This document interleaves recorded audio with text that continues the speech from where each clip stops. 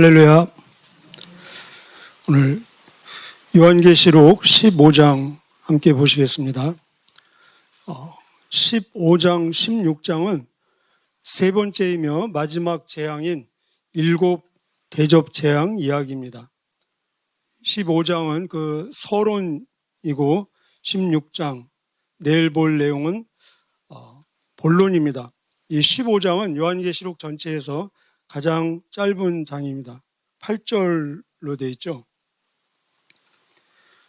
우리가 아는 대로 계시록을 쓴 목적은 성도를 위로하고 격려하며 우리 예수님이 다시 오셔서 새하늘과 새 땅, 하나님의 나라가 도래할 소망을 주기 위해서 쓴 책입니다. 그런데 재앙이 계속 나오고 있잖아요. 왜 그렇겠습니까?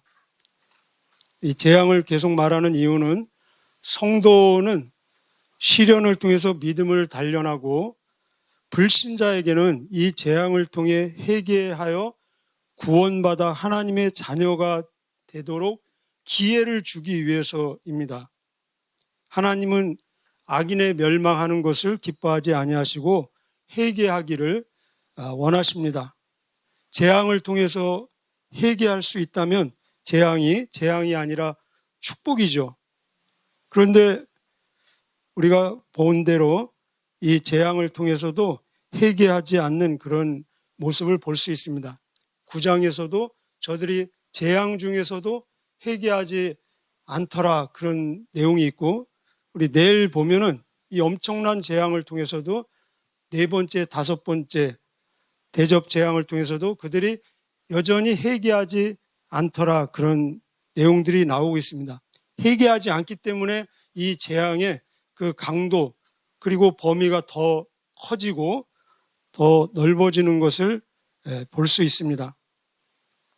1절은 선언입니다. 1절, 또 하늘에 크고 이상한 다른 이적을 보매, 이 말은 많은 이적들이 계속 있었다는 얘기입니다. 일곱 천사가 일곱 재앙을 가졌으니 곧 마지막 재앙이라. 하나님의 진노가 이것으로 마치리로다. 하나님의 진노 나오죠. 7절에도 보면은 하나님의 진노를 가득히 담은 금대접 일곱 천사들이 받았다. 여러분, 하나님의 진노를 상상할 수 있겠습니까? 우리 집안에 할아버지, 가장 어른이 막 이 진노 내시면서 화로 그냥 가득 찬 상태라면 그 집안 분위기가 어떻게 되겠습니까? 근데 창조주이시며 모든 만물의 주인이신 하나님의 진노가 가득한 모습을 볼 수 있습니다. 우리가 이 진노를 어떻게 해결하고 또 피할 수 있겠습니까? 하나님은 거룩하시고 공정하시고 의로우시고 참되십니다. 그래서 하나님은 거짓과 불의, 죄악을 반드시 벌을 주셔야만 합니다. 모든 인생은 저를 포함해서 본질상 다 진노의 자녀이고 진노의 대상이고 이 진노를 피할 수 없습니다. 그런데 우리 예수님께서 여기 요한계시록에 보면 특별히 하나님의 어린 양이 많이 나옵니다. 모든 성경에서 가장 많이 나오는 책인데, 어린 양, 세상죄를 지고 가시는 하나님의 어린 양, 예수님이 모든 인간의 불의, 죄악을 다 짊어지시고 십자가에 달리신 것입니다. 세상죄를 지고 가시는 하나님의 어린 양. 그래서 죄인을 향한 하나님의 이 진노가 십자가에 달리신 예수님에게 옮기셨다는 것입니다. 이사야서 53장에도 하나님께서 모든 우리의 죄악을 그에게 담당시키셨도다. 그에게 옮기셨도다. 베드로전서 2장 24절에도 예수님이 친히 자발적으로 십자가에서 자기 몸으로 우리의 죄악을 다 담당하셨다라고 말씀하고 계십니다. 무슨 말씀입니까? 하나님의 모든 불의, 죄악을 향한 진노가 다 예수님에게 완전히 옮겨졌다는 것입니다.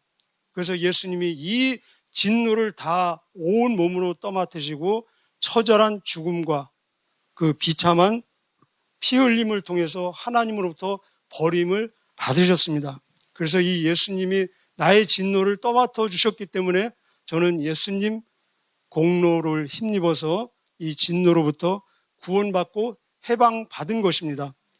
그래서 로마서 5장 9절에 보면은 우리가 예수의 피로 말미암아 의롭다 하심을 받고 예수님을 통해서 하나님의 진노에서 넉넉히 더욱 구원을 받았다 노래하고 있습니다.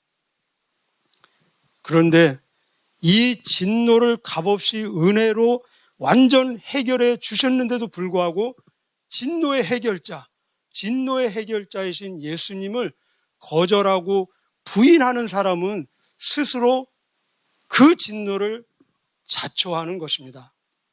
얼마나 안타깝고 불쌍한 일입니까? 그래서 요한복음 3장 36절에 말씀하시기를 예수를 부인하고 거절하고 불순종하는 자에게는 하나님의 진노가 여전히 머물러 있느니라 라고 말씀하고 계십니다. 2절부터 4절까지는 이 시련과 유혹, 핍박을 통해서 하나님의 은혜와 이 어린 양의 보혈을 통해서 승리한 자들의 노래가 나오고 있습니다. 우리 2절 보면은 같이 한번 읽어보실까요? 2절 시작. 또 내가 보니 불이 섞인 유리바다 같은 것이 있고 짐승과 그의 우상과 그의 이름의 수를 이기고 벗어난 자들이 유리바닷가에 서서 하나님의 검은 고를 가지고, 그리고 3절 4절은 노래하는 모습, 노래 가사 내용입니다. 우리에게도 이런 노래가 이게 바로 전에 나왔던 새 노래입니다. 새 노래. 이 노래가 우리의 노래 되시기를 축복합니다. 우리 2절에 보면은 이기고 벗어난 자, 거기 한번 밑줄을 쳐주실래요? 이기고 벗어난 자. 짐승과 그의 우상과 그의 이름의 수, 우리 전에 666 나왔었죠? 사탄, 용이라고도 하고 뱀이라고도 하고 뭐 사탄, 마귀라고도 하고 천하를 깨는 자, 적그리스도라고 얘기하죠. 적그리스도는 적극적으로 예수님을 대적하는 세력도 적그리스도이며 아주 교묘하게 그리스도인 척하는 세력도 적그리스도입니다. 이런 모든 유혹과 도전, 핍박을 이겨내고 결국은 이긴 자가 되어서 벗어났습니다. 그런 모든 환경에서 벗어나 하늘에 있는 거죠. 뭐 휴거를 했든지 아니면은 순교를 했든지 하여튼 이 배교자가 아니고 순교자로 충성된 자로 하나님 앞에 궁극적으로 쓴 모습을 볼 수 있습니다.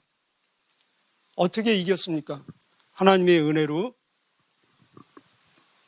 믿음으로, 성령의 역사로, 능력으로 이겼습니다.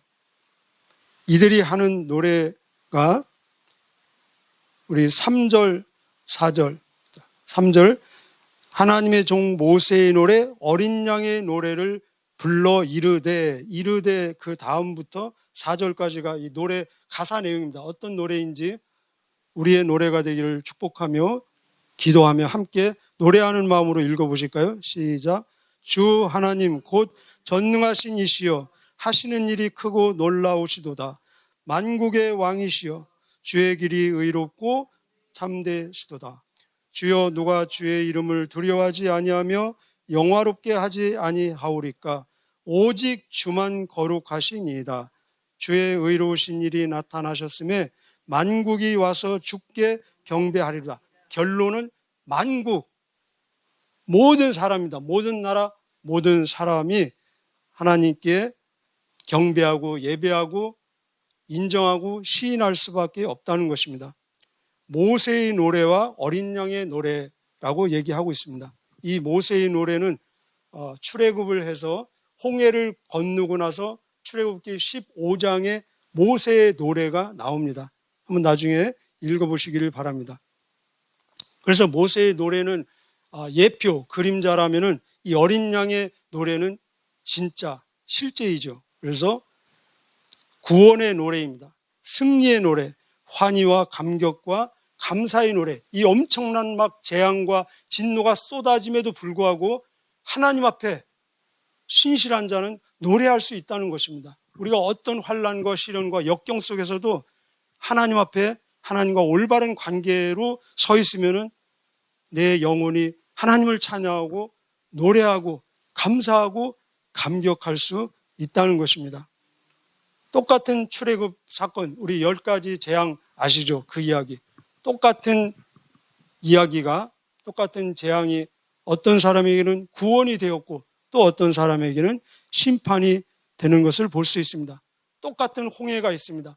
그러나 이 홍해가 구원받은 사람에게는 앞으로 전진하는 길이 되었습니다. 그러나 끝까지 회개하지 않은 사람에게는 매장지가 되었습니다. 바로 오늘 우리에게 이 어린 양 대신 모든 재앙과 모든 저주를 다 껴안고 십자가에 달려 돌아가신 어린 양 대신 예수 그리스도를 우리가 어떻게 대우해 드느냐에 따라서 우리의 영원한 운명이 결정된다는 것입니다. 천국과 지옥, 영생과 영벌, 구원과 멸망. 그래서 고린도전서 1장 18절에 십자가의 도가 멸망하는 자에게는 어리석은 미련한 것이지만 구원을 얻는 우리에게는 하나님의 능력이다. 아멘. 우리는 전도자입니다. 전도자가 가장 큰 환영을 받을 수도 있지만 가장 큰 핍박을 받을 수도 있지 않습니까? 그래서 전도가 감격스러운 일이지만 동시에 늘 부담이 될 수 있죠. 왜 그렇습니까? 고린도후서 2장 15절은 우리는 하나님 앞에서 모든 사람에게 그리스도의 향기다. 그래서 구원 얻는 자에게는 생명의 향기가 되고 멸망하는 자에게는 사망의 향기가 된다는 것입니다. 누가 이 일을 감당할 수 있겠는가? 성령의 능력으로 하나님이 공급하시는 힘으로만 감당할 수 있는 하늘의 사명이라는 것입니다. 이 가사 노래를 우리 아까 읽었는데 한 번 읽어보실까요? 자, 우리의 노래가 되기를 기원하며 주 하나님부터 시작. 주 하나님 곧 전능하신 이시여 하시는 일이 크고 놀라우시도다. 만국의 왕이시여 주의 길이 의롭고 참되시도다. 주여 누가 주의 이름을 두려워하지 아니하며 영화롭게 하지 아니하오리까. 오직 주만 거룩하니시니다. 주의 의로우신 일이 나타나셨음에 만국이 와서 주께 경배하리로다. 노래하는 내용이 3가지입니다. 하나님이 하신 일을 노래하는 내용, 그리고 하나님이 하시는 방법을 노래하는 것이고, 또 하나님은 어떤 분인가, 하나님의 속성, 하나님의 성품을 노래하고 있습니다. 첫째는 하나님의 하시는 일은 크고 놀랍다는 것입니다. 우리를 통해서 우리 안에서 여전히 하나님 일하고 계시지 않습니까? 태어날 때부터. 그래서 시편에 보면은 하나님이 나를 엄마 자궁에서 만드신 그 솜씨가 신기하고 오묘하다. 신묘막측하다. 우리가 태어난 것부터 구원받고 지금까지 쓰임받는 것을 정말 제대로 생각해 보면은 다 놀랍고 신기하고 엄청난 것입니다. 다 기적이죠. 그래서 하나님이 하시는 일은 다 크고 놀랍다. 기적이라는 것입니다. 하나님이 하시는 일의 방법은 다 의롭고 공정하고 지혜롭다는 것입니다. 그래서 모든 일들이 결국은 합력해서 다 선을 이루시게 된다는 것입니다. 우리가 하나님이 하시는 그 일의 방법을 다 이해할 수 없는 일들이 많이 있겠죠. 그러나 결국은 하나님의 방법은 최선이라는 것입니다. 하나님의 성품 속성은 어떠십니까? 하나님만이 거룩하시고, 그렇죠. 주만 거룩하시고 하나님은 거룩하신 분입니다. 그리고 하나님은 전능하신 분입니다. 하나님은 영광스러운 분입니다. 그래서 결론적으로 만민이 만국이 와서 다 주께 경배할 것이다. 이 노래 가사 내용에 보면은 사람에 대한 언급은 전혀 없죠.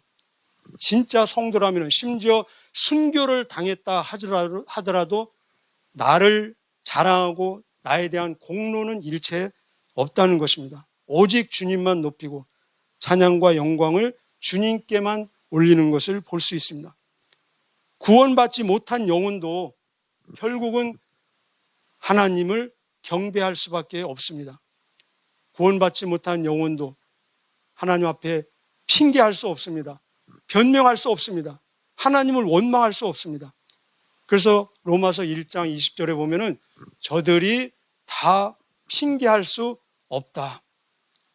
영원히 자책하며 고통과 신음과 절규 속에서 하나님을 인정하고 예수 그리스도의 만왕의 왕되심, 주되심을 인정하고 시인하고 굴복할 수밖에 없다는 것입니다. 그 내용이 우리 빌립보서 2장 10절, 11절의 말씀입니다. 그래서 결국은 예수의 이름 앞에 모든 무릎이 하늘에 있는 자나 땅에 있는 자나 땅 아래에 있는 자나, 이 우리 얘기로 하면 천국에 있는 자나 땅에 있는 자나 지금 살고 있는 자나 지옥에 있는 자나 모든 무릎이 예수의 이름에 꿇게 되고 모든 입이 예수를 주로 고백해서 하나님 아버지께 영광을 돌리게 된다. 모든 피조물이 예수 그리스도의 주되심, 왕되심을 인정하고 고백하고 시인해서 그것이 하나님이 받으실 궁극적인 영광이라는 것입니다. 이런 영광을 이 땅에서 돌려드리는 것이 더 복이 되지 않겠습니까? 자, 6절부터 8절까지는 이제 이 재앙이 시작되는 선언을 하고 있습니다.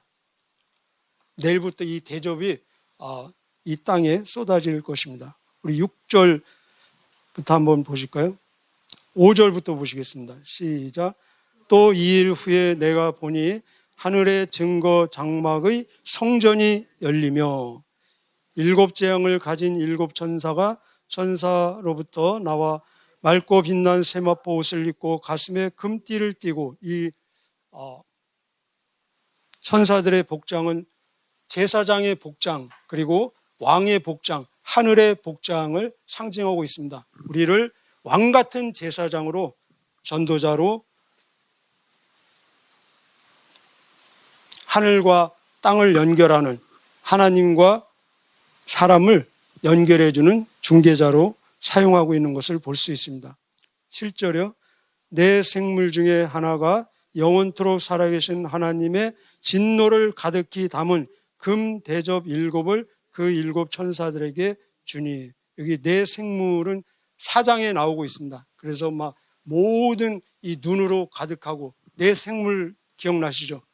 사자, 내 사자 같기도 하고 송아지 같기도 하고 사람 같기도 하고 독수리 같기도 하고, 그래서 사복음서를 통한 예수님의 그 사역을 상징하고 있습니다. 그래서 하나님 보좌 가장 가까운 곳에서 하나님을 시중하는 가장 가까운 천사들을 대언하고 있는 것입니다.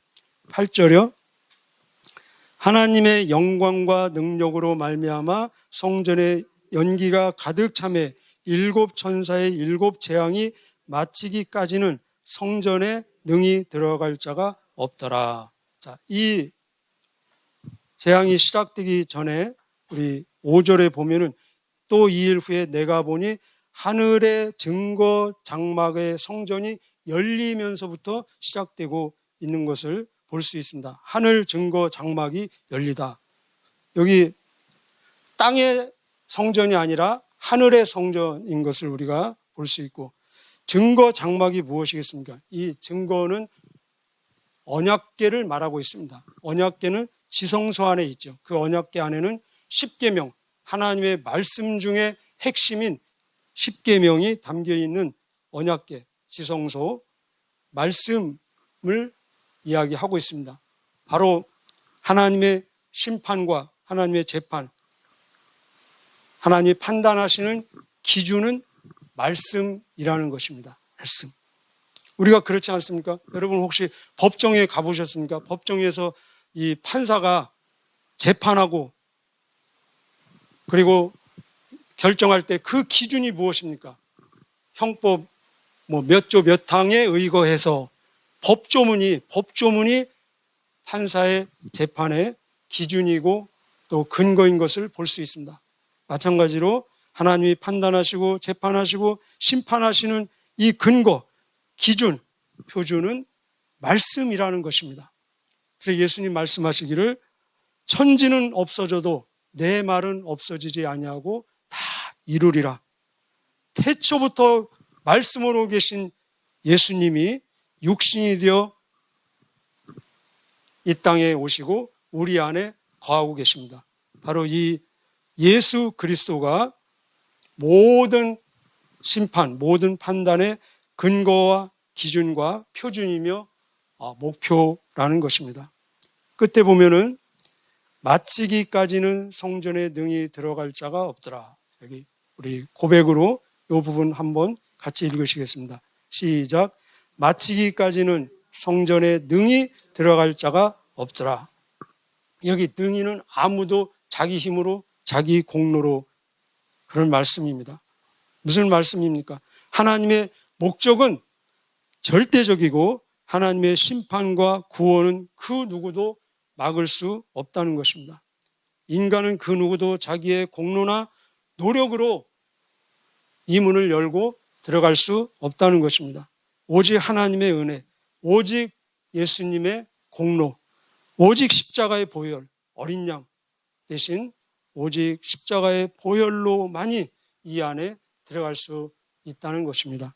그래서 히브리서 그 옆에 능히 들어갈 자가 없더라 그 옆에 히브리서 10장 19절 20절을 적어두시고 연결하시기 바랍니다. 히브리서 10장 19절에 우리가 예수의 피를 힘입어 지성소 하늘 성전에 들어갈 담력과 확신을 얻게 되었다. 아멘. 오직 예수 그리스도의 피를 힘입어서 우리가 하나님의 임재, 하나님의 지성소 안에 들어갈 수 있습니다. 오늘 우리의 기도가 하나님의 지성소에 들어가는 새 노래가 되고 하나님의 기쁨과 영광이 되고 우리의 오늘 모든 호흡과 발걸음이 하나님을 찬양하는 새 노래가 되시기를 주님의 이름으로 축복합니다. 기도하시겠습니다.